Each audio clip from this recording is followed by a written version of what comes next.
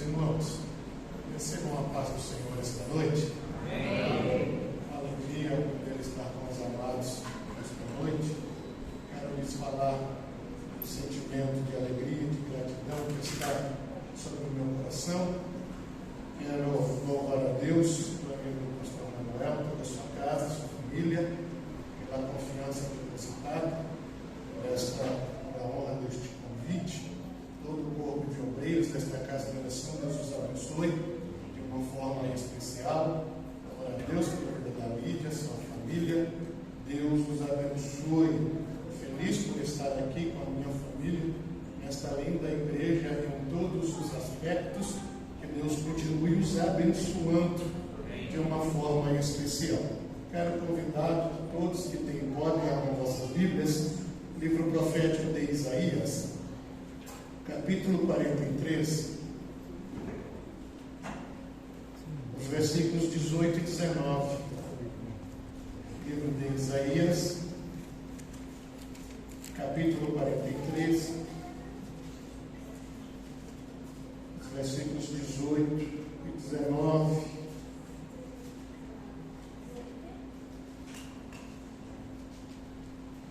A versão bíblica que temos esta noite nos diz assim: não vos lembreis das coisas passadas, nem considereis as antigas. Eis que faço uma coisa nova, agora está saindo a luz. Porventura não a percebeis? Eis que porei um caminho no deserto e rios no ermo, diz a palavra de Deus. Se assente adorando, glorificando, bendizendo o nome do Senhor. Deus decide confortar a nação através da voz profética de Isaías. Isaías está incumbido agora de entregar à nação uma mensagem, uma palavra de conforto a este povo. Povo este que recebe um decreto da parte de Deus, a saber, os 70 anos de cativeiro de exílio babilônico. Com este decreto, este povo, esta nação, está se levantando em credibilidade. A desesperança que está tomando conta e perdendo a perspectiva a nível de futuro, a nível de amanhã.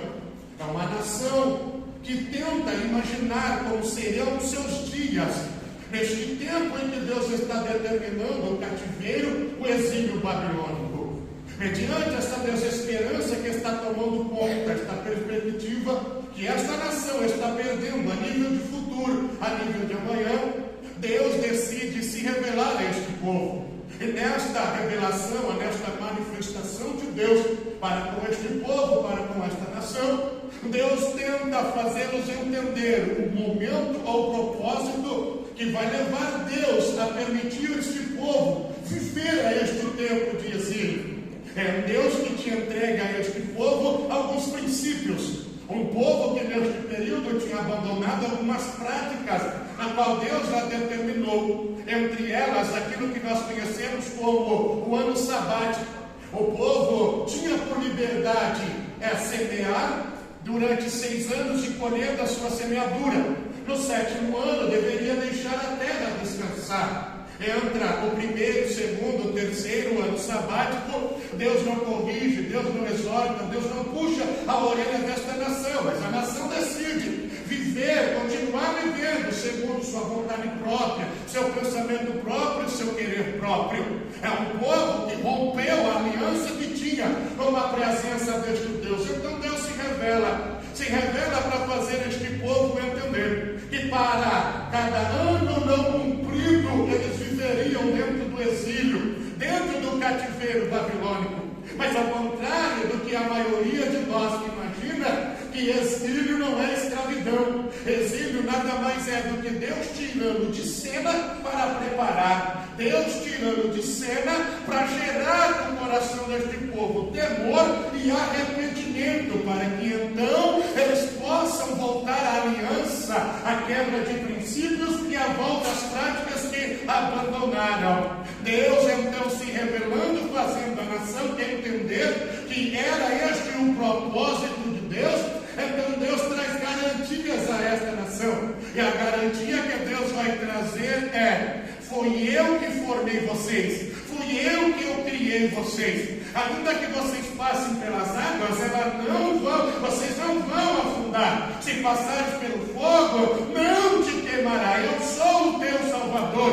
Eu paguei um preço por vocês. Olha, eu dei Etiópia, eu dei Seba, eu dei o Egito por preço de vocês. Ficam tranquilos, no meio de vocês não houve Deus e outro Deus, e não haverá. Ele se revela dizendo: ainda antes que houvesse dia, eu sou, e não há ninguém que possa escapar das minhas mãos. Agindo eu, quem impedirá? Era Deus se revelando para confortar a nação, porque o propósito de Isaías aqui é fazer esta nação entender de uma vez por todas que Ele é o remidor. O significado para remidor é parente resgatador, é aquele próximo que tem legalidade, que tem poder de livrar, de resgatar. O propósito de Isaías era: fica tranquilo, ainda que neste tempo que vocês não estão entendendo, para se viver, Ele não irá abandonar vocês, porque Ele é amigo, Ele é parente próximo, e é Ele que tem o poder de livrar, Ele tem o poder de resgatar, Ele tem o controle sobre a situação. Ele vai confortar a nação, e neste conforto Ele tem um propósito: fazer a nação entender que assim como Ele livrou o povo da escravidão do Egito, Ele livraria das mãos dos babilônios, usando a mesma proposta. Qual? O caminho do deserto de volta à sua origem. Eles passariam por este caminho de deserto. Então nós vamos entender aqui que é neste conforto que Deus está trazendo para a nação. O propósito de Deus é: fiquem tranquilos, que assim como eu fiz no Egito, eu vou fazer na Babilônia. Assim como eu preparei o êxodo lá, eu vou preparar um novo êxodo aqui. Eu darei para vocês oportunidade de testemunho. Então se preparem no presente para testemunhar a obra futura que eu vou realizar em vocês e através de vocês. Deus vai confortar dizendo: não vos lembreis das coisas passadas, nem considereis as antigas. Não é que Deus está dizendo: entrem no esquecimento de tudo que vocês viveram. Ele está dizendo: não se prendam ao passado. Não se prendam ao passado, nem considerem acontecimentos que vocês viveram lá atrás. Talvez alguém naquele momento se levantou para dizer a Isaías: e por que eu não me devo lembrar? Por que eu não me devo considerar os fatos que eu já vivi? Aí Deus esclarece na boca de Isaías o que Deus vai esclarecer para alguém aqui esta noite: eis que faço uma coisa nova. Eis que faço uma coisa nova. A coisa nova que Deus está anunciando aqui era Deus dizendo: eu estou trabalhando em uma obra nova para o futuro de vocês. Eu estou trabalhando em um tempo novo para vocês. Eu estou realizando uma coisa nova. Quando Ele anuncia acerca desta obra nova, desta coisa nova, deste tempo novo, Ele diz: agora está saindo a luz. Pastor Manuel, se nós olhamos a escrita de Isaías, a luz é craseado. E eu estou diante de alguns professores aqui e me sinto desafiado, mas eu tenho que explicar isso aqui, que o acraseado aqui significa em direção a algo ou alguém, é para a. Ele está dizendo: eu tenho uma coisa nova, estou trabalhando uma obra nova, em um tempo novo. Só que Ele está dizendo: é em direção à luz, é em direção para a luz. Quando nós olhamos o tempo da graça, no cumprimento do ministério terreno de Jesus, nós vemos Jesus anunciando e dizendo: eu sou a luz do mundo. Ele está dizendo para a nação: olha, a obra que eu estou fazendo vai ser na direção dele, vai ser em direção a ele, vai ser direcionado a ele. Ele faz uma pergunta para a nação dizendo: porventura não a percebeis? Ele está dizendo: logo quando vocês vão conhecer, porque já está para acontecer. Ela está dizendo: eu não faço nada sem propósito, eu tenho tudo no controle, eu sei trabalhar acerca do passado, do presente e de futuro. Aí ele esclarece esta obra dizendo: eis que porém um caminho no deserto e rios no ermo. Só que o caminho que Deus está estabelecendo aqui não é caminho de direção. Ele está dizendo a maneira de viver. Eis que, porém, o caminho no deserto. Deus está dizendo que o deserto nos traz à memória tempos difíceis, tempos de dificuldades. Ele está dizendo, este tempo de dificuldade, este tempo de deserto, eu vou usar para mudar a maneira de vocês viver. Deserto não mata crente, deserto não envergonha crente, deserto não humilha crente, deserto prepara crente para a obra, para o futuro, para a novidade de Deus. Deserto muda a nossa maneira de viver para nos preparar para vivermos o tempo estabelecido por Deus. Só que ele continua confortando a nação, dizendo: eis que porém um caminho no deserto e rios no ermo. A palavra ermo significa desamparado, desabitado. Ele está dizendo, por um tempo, vão olhar para vocês e vão dizer: está sozinho, está solitário. Porque o exílio nos leva a este tempo de entendimento, de solidão, de desamparo, de esquecimento. Só que ele está dizendo, isso é o povo dizendo, mas na verdade vocês não estão sozinhos. Porque neste tempo de desamparo, de solidão, eu vou colocar rios no meio de vocês. Só que aqui é Deus falando, é Deus confortando. Quando nós vemos em Ezequiel capítulo 47, Deus vai mostrar para Ezequiel. Ezequiel já está estabelecido, junto com a segunda leva de pessoas que Deus leva para viver este tempo de exílio, este tempo de 70 anos de cativeiro. Só que para Ezequiel, Deus vai mostrar que novidade é essa, que obra é essa, que tempo é esse. E Ezequiel relata, capítulo 47, que ele vê um homem que o conduz por Jerusalém mediante as suas medidas. Mas quando ele chega na porta do templo, ele entra. E quando ele entra, ele olha para o lado sul. E no lado sul, ele contempla o altar. Só que debaixo do altar, Lídia, está saindo um filete de água muito simples e insignificante, que quem olha não dá nada. Só que Ezequiel tem a percepção de que esta água vai morrer por debaixo da soleira da porta, vai sair do lado de fora. Só que Ezequiel entende que quando sai do lado de fora, o crescimento e a expansão destas águas é assustadora, a ponto do homem que está conduzindo Ezequiel ter sobre as suas mãos o cordão de medir. E no cordão de medir, Ezequiel está entendendo que ele vai medir 530 metros ou 1000 côvados. E Ezequiel entende agora que as águas estão no nível dos seus tornozelos. Só que o homem mede mais uma vez, é mais 530 metros, é mais 1000 côvados. O nível da água sobe para os joelhos. Ele vai medir mais uma vez, o nível vai aumentar para a cintura. Mais uma missão. Agora Ezequiel relata que a água está envolvendo ele por inteiro, por completo. Só que Deus está entregando para Ezequiel uma visão. E toda vez que Deus entrega uma visão para alguém, é Deus direcionando ou encorajando o seu povo. Quando Deus entrega a visão para Ezequiel da novidade, da coisa nova, do tempo novo, da obra nova, Deus está dizendo, através de você, Ezequiel, eu vou encorajar o povo a viver o tempo novo que eu tenho para eles. Através de você, Ezequiel, eu vou direcionar este povo a viver a novidade que eu tenho para eles. Dentro desta visão, Ezequiel entende qual é o propósito de Deus para este tempo novo, para esta obra nova. Primeiro, se a água está saindo do templo, fala da casa, fala da habitação, e debaixo do altar era Deus dizendo, nesta obra nova, neste tempo novo, nessa novidade, a minha presença será sustento para o meu povo,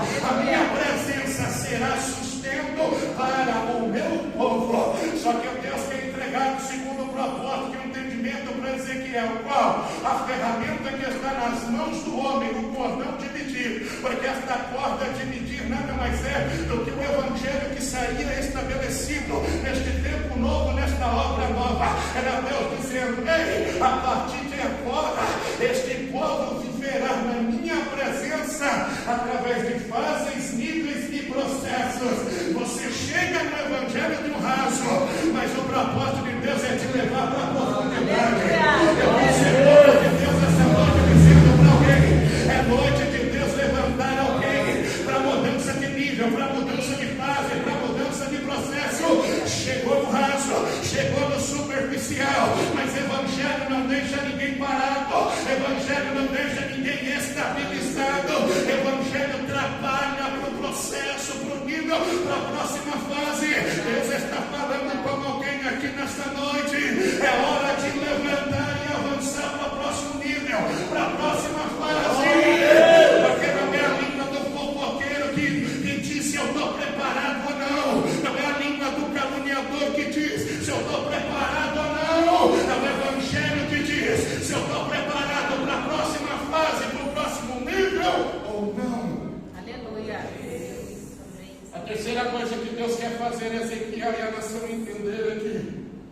Ezequiel vai dizer que na última menção do homem, ele está envolvido por inteiro. E envolvido por inteiro, ele não tem mais força nas suas pernas para confrontar a força e o fluir desse rio que se formou. Era Deus dizendo neste novo tempo, nessa novidade, o meu povo será dependente de mim. Eu estou pregando para alguém que quer lutar contra a vontade de Deus. Eu estou pregando para alguém que está lutando contra o tempo que Deus estabeleceu para a tua vida. Eu estou pregando para alguém que o rio quer te envolver por inteiro. O rio quer fazer você se decarneminácia, la choremia, a nome da camando, coria na dia da sé, la nome da camando, nikia da tiama da sie, ele da camuno piace, remidenia do comia, para bato com ele, me calado home. Ele desce, calaço, remia, emasse que não no me decremini do comando que há, a bagada do come, a messia, macho, oreme, nebasse, que é minha, o adobia, ele anda que a soroma, Fernando, oreme, nasce, que ele do que a sé. Deus está falando para alguém, eu conheço as frustrações, eu conheço as decepções, eu sei o que você tem enfrentado no caminho e na trajetória, mas eu determinei um propósito contigo. E dentro deste propósito, eu te chamo para mais perto. Eu quero ter um envolvimento maior, eu quero ter um envolvimento profundo.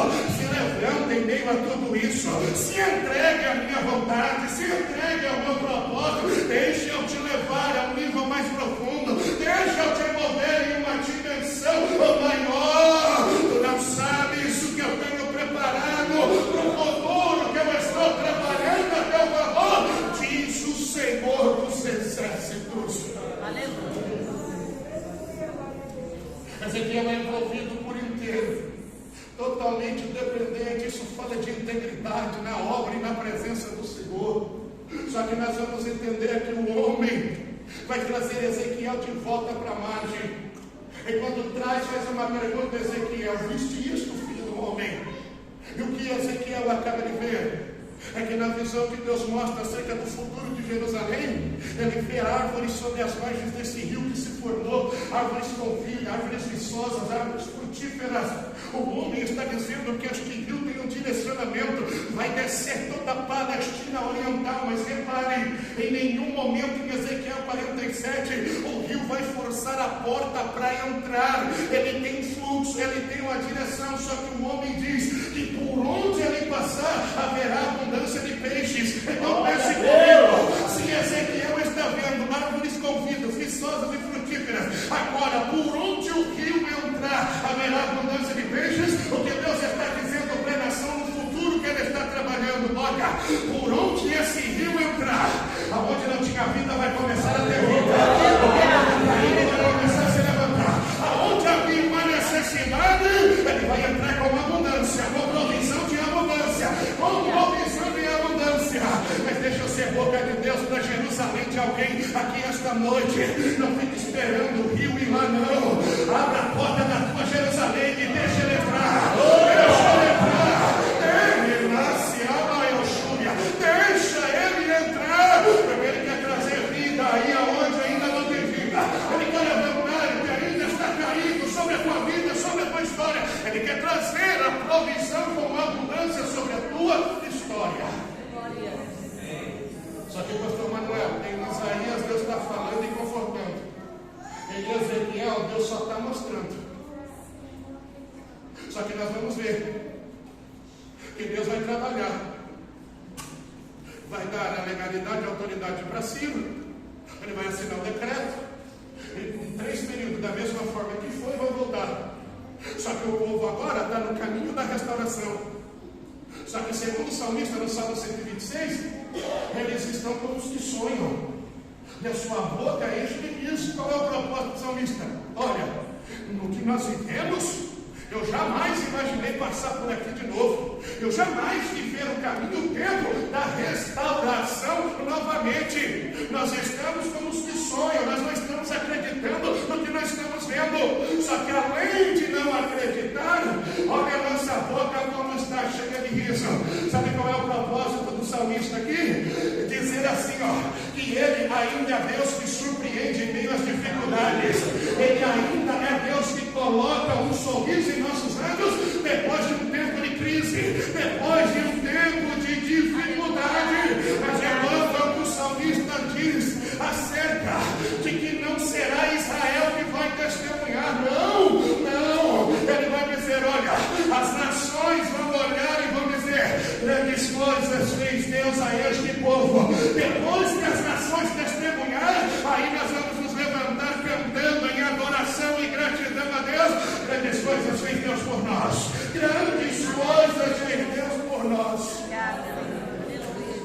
Eles estão restaurados em Jerusalém. Só que o que os olhos deles contemplam são escombros deixados pela força bélica de Nabucodonosor.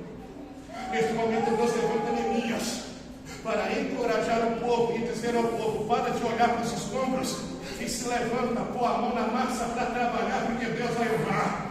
Qual é o propósito de Deus? Não vai ter as muralhas, porque com muralhas erguidas Jerusalém voltará a ser cidade fortificada, cidade forte, as muralhas levantadas. Um recado de Deus para o inimigo: agora não tem mais acesso para trabalhar no meio de Jerusalém, agora não tem mais legalidade para trabalhar no meio de Jerusalém. Só que Deus tinha um desejo: descer com a sua presença novamente no meio do povo, entregar para o povo novamente o direito de se envolver com a sua presença e de adorá-lo com seus cânticos novamente. Então Deus diz: depois das muralhas, ergue um templo para mim. Mas o que o povo vai fazer é cuidar da sua vida própria, cuidar das coisas próprias. Então Deus vai levantar a Ageu com 4 mensagens encorajadoras para este povo. A mensagem que Deus vai usar a Ageu é para dizer: fica tranquilo, eu sei a obra que eu estou trabalhando. Vocês já estão dando desculpa do passado acerca do tamanho e do glamour do templo de Salomão. Deixa eu explicar uma coisa para vocês. Olha,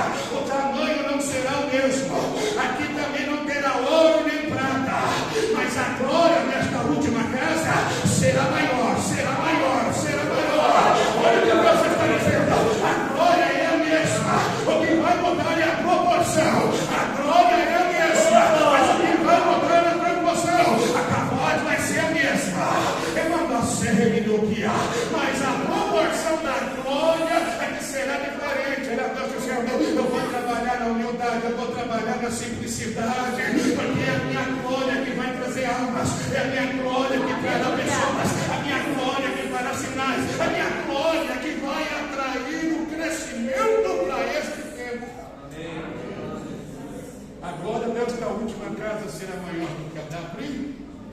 Ele está dizendo assim: vocês viveram um tempo de glória na antiga aliança, só que eu estou preparando uma nova aliança.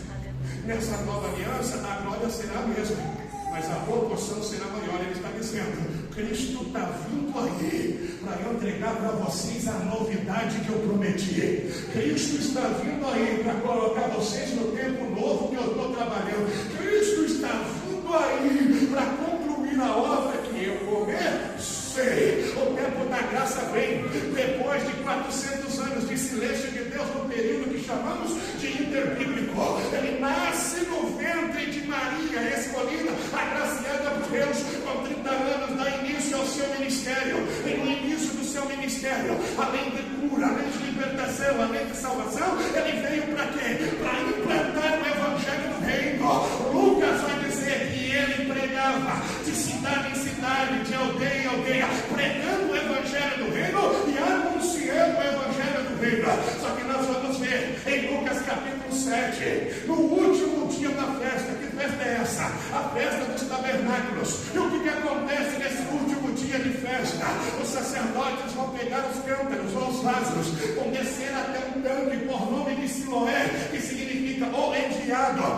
encher o vaso de água. E quando chegam nas escadarias do templo, eles vão derramar aquela água, ofertando aquela água para Deus. Qual é o propósito? Pedir a Deus que nunca deixe faltar a água sobre a vida deles, não deixar que as chuvas se cessem diante deles. É nesse momento que Jesus se levanta e diz: se alguém tem sede, venha a mim e beba. Quem crê em mim, como diz as Escrituras, do seu interior fluirão rios de água viva. Qual era a tradição, pastor Manuel? Eram 7 dias de festa. E durante esses períodos de 7 dias de festa, o sacerdote pregava a Bíblia, a palavra, em público e anunciava a palavra. Então aquele povo que estava ali já conhecia quem era o Messias pela palavra. Aí Jesus está dizendo: olha, não era necessário seguir tradições e costumes dentro do propósito que vocês buscam. Por quê? Porque vocês estão enchendo vasos e indo até o enviado, o tanque em Siloé, para buscar a água, para ofertar a Deus, para que supra a necessidade de vocês. Só que o enviado de Deus está diante de vocês e dizendo: tem sede, venha a mim e beba. Tem sede, venha a mim e beba. Que água era essa? Era água viva. O significado de água viva é gerado de uma fonte natural. A água que Jesus está oferecendo não é mecanizada, não é industrializada, ela jorra de fonte natural. Em Isaías ele está dizendo: nesse tempo de solidão e desamparo, eu vou colocar rio no meio de vocês. Para Ezequiel ele mostra o futuro de Jerusalém, um rio que vai cortar. Mas em Jesus, no cumprimento da novidade de Deus, ele está dizendo: eu sou a fonte para cessar a tua sede. Eu sou esse rio para você vir e mergulhar. Eu sou a fonte. Se nós olharmos o propósito de Jesus aqui, nós vamos entender que ele está falando acerca do Espírito Santo que viria. E ainda não tinha vindo, porque ele ainda não tinha sido glorificado. Ele está dizendo: eu vou ir, mas outro igual a mim vai vir. Ele vai vir para matar a sede de vocês.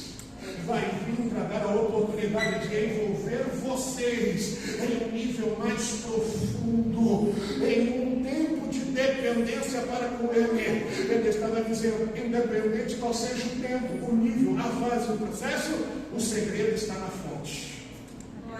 O segredo está na fonte. É este mesmo Jesus que agora, em corpo glorificado, vai explicar a importância de se ter a presença dele como fonte. Por quê? Porque quando ele aplica a sua visão para a igreja de Laodiceia, porque as 7 cartas da Ásia simbolizam 7 períodos da nossa caminhada cristã. O período da Laodiceia, então, é o último período. E dentro deste último período, olha a visão de Cristo: vocês são mornos. Quem dera fosse quente ou frio. Porque se vocês fosse quente ou frio, teriam uma utilidade. Ele está usando a geografia da cidade para tratar com a igreja que abraçou a fala da sociedade laodicense. Porque a sociedade em Laodiceia batia no peito e dizia: sou rico, sou abastado, não preciso de nada. Só que alguns dentro da igreja abraçaram esta fala da sociedade e começaram a dizer: eu não preciso de nada. Aí Deus vai mostrar que eles estão envolvidos tanto com outras coisas que não estão contemplando a maior necessidade de estar ao seu redor. Qual? A fonte. Porque Laodiceia é estabelecida em uma área geográfica próxima de 2 cidades, Colossos e Herápolis. E era dessas cidades que eles importavam água quente e água fria. Só que a forma como eles usavam para trazer a água até a Laodiceia, deixava a água quente morna e a água fria morna.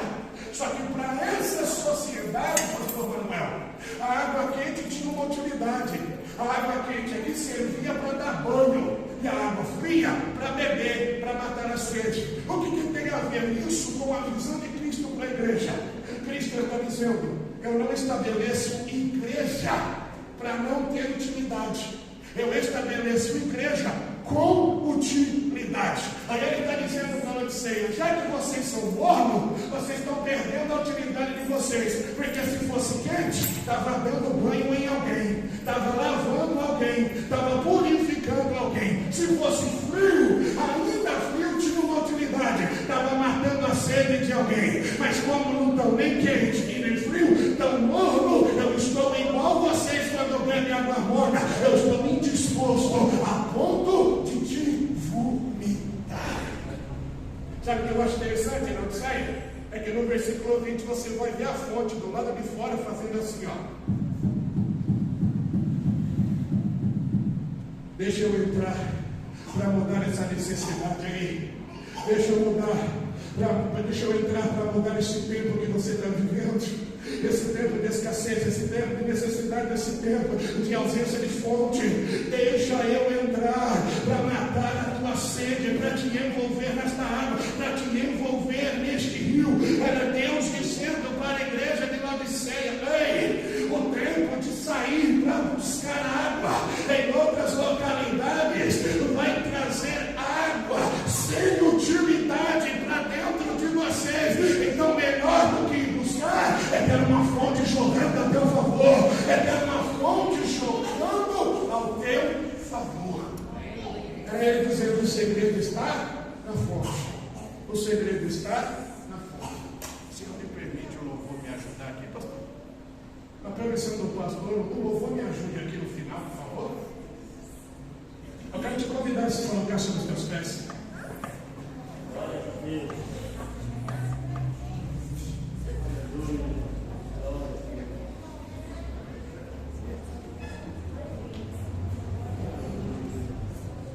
O segredo está na fonte. Aleluia.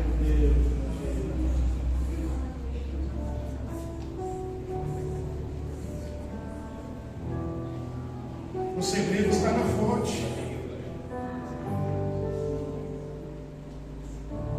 O segredo está na fonte.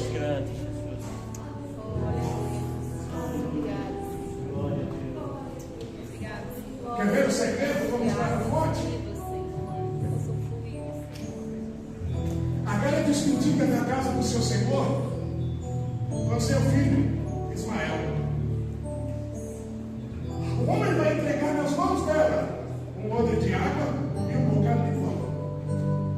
E a Bíblia diz que ela está andando errante no deserto de Berseba, sem direção, sem rumo, sem saber o que fazer, para onde ir e de que maneira agir.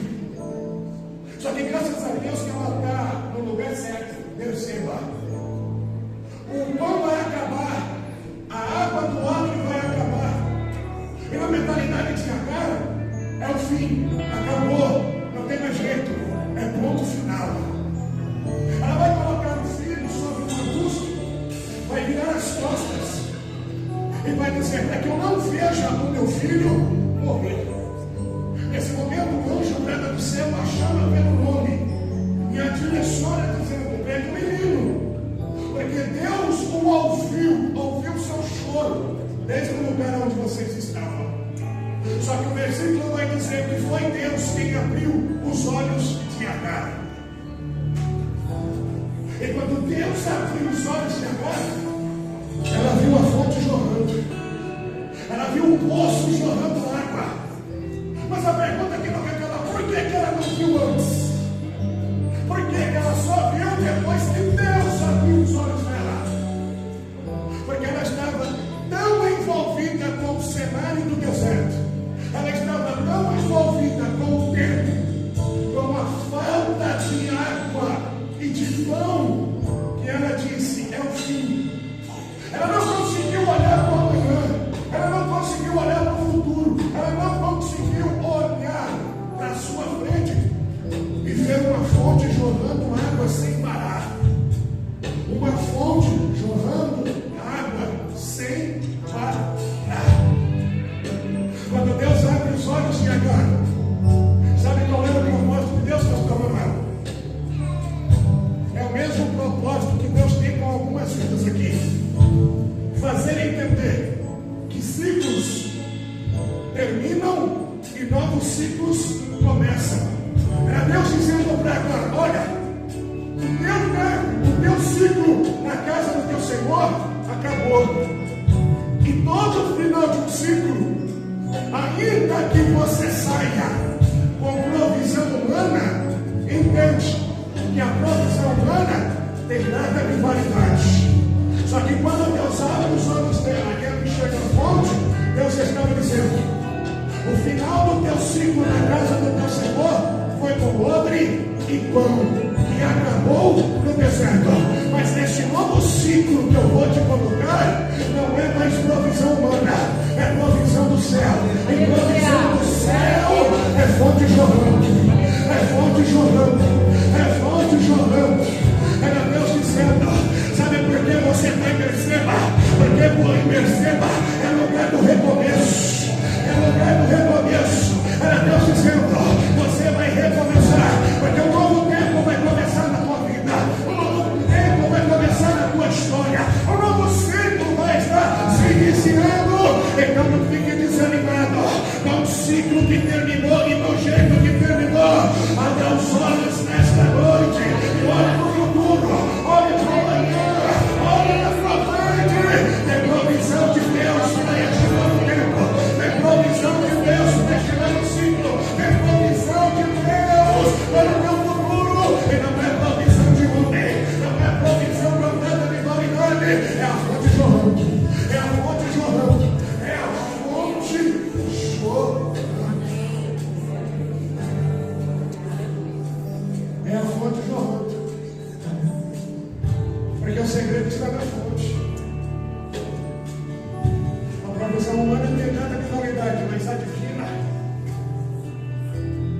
Mas a divina. Mas a divina.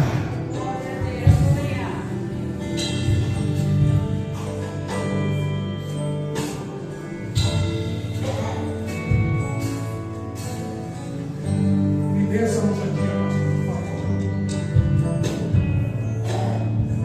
O que eu acho interessante na fonte,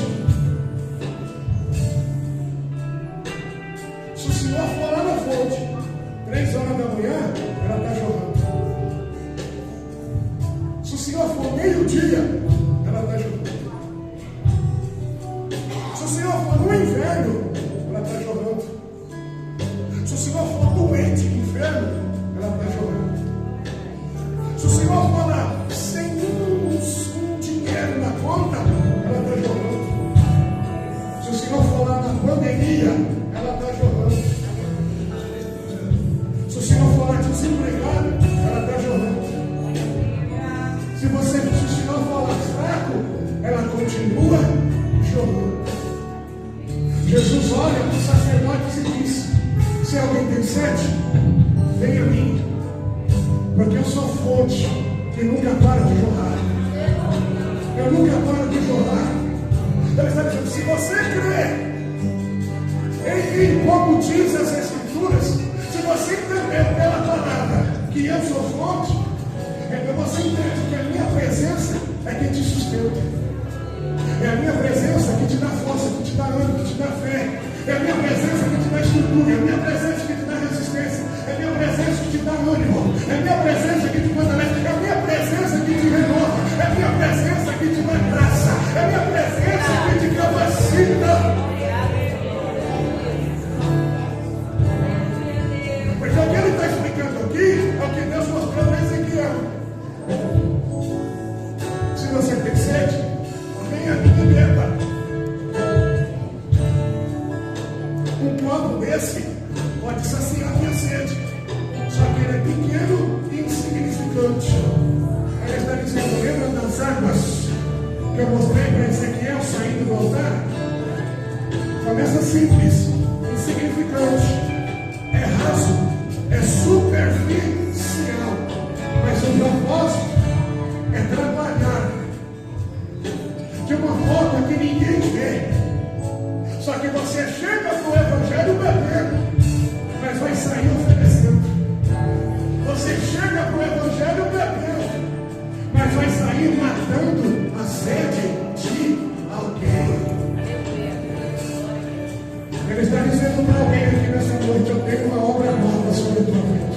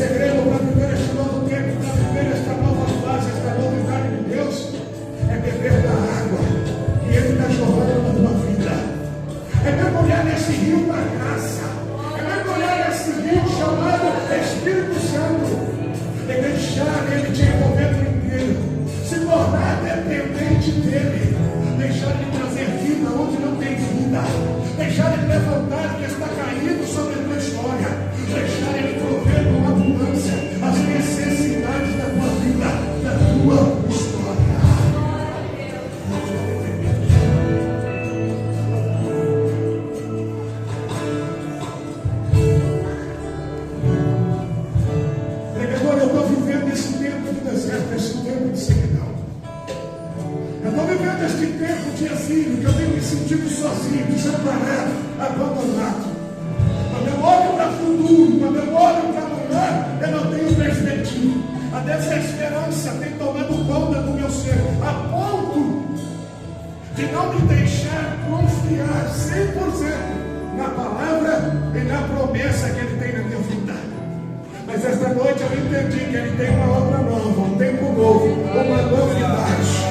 Ele vai se revelar como fonte, e como fonte vai me renovar, vai me fortalecer, como fonte vai prover, como fonte vai trazer vida, vai levantar o que está caído, vai trazer a provisão para o Brasil, como fonte. Ele vai abrir os meus olhos e me fazer ver a presença dele como provisão da minha vida. Se tem alguém assim que nós, eu te convido, sai do teu lugar e vem aqui na frente, porque eu quero orar pela tua vida nesta noite.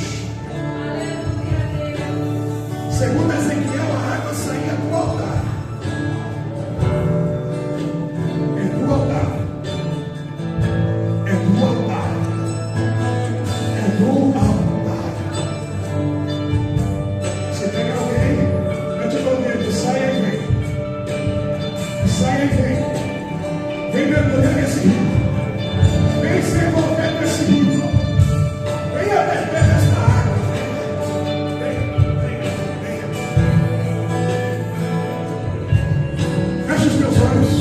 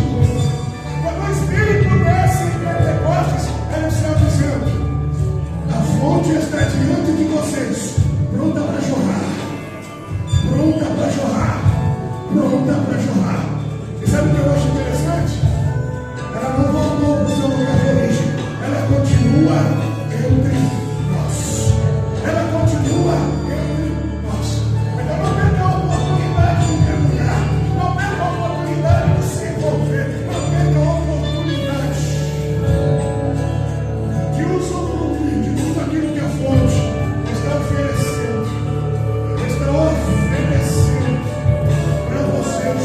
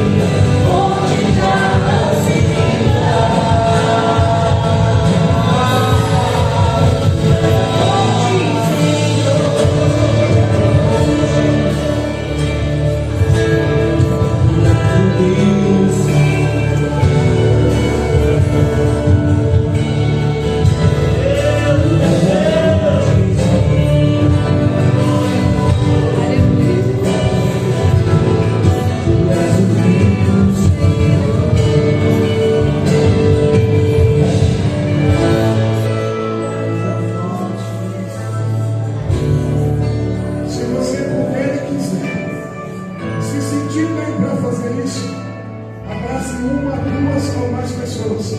E nesse teu abraço, primeiro uma palavra sobre a vida dele, sobre a vida dela, dizendo: aconteça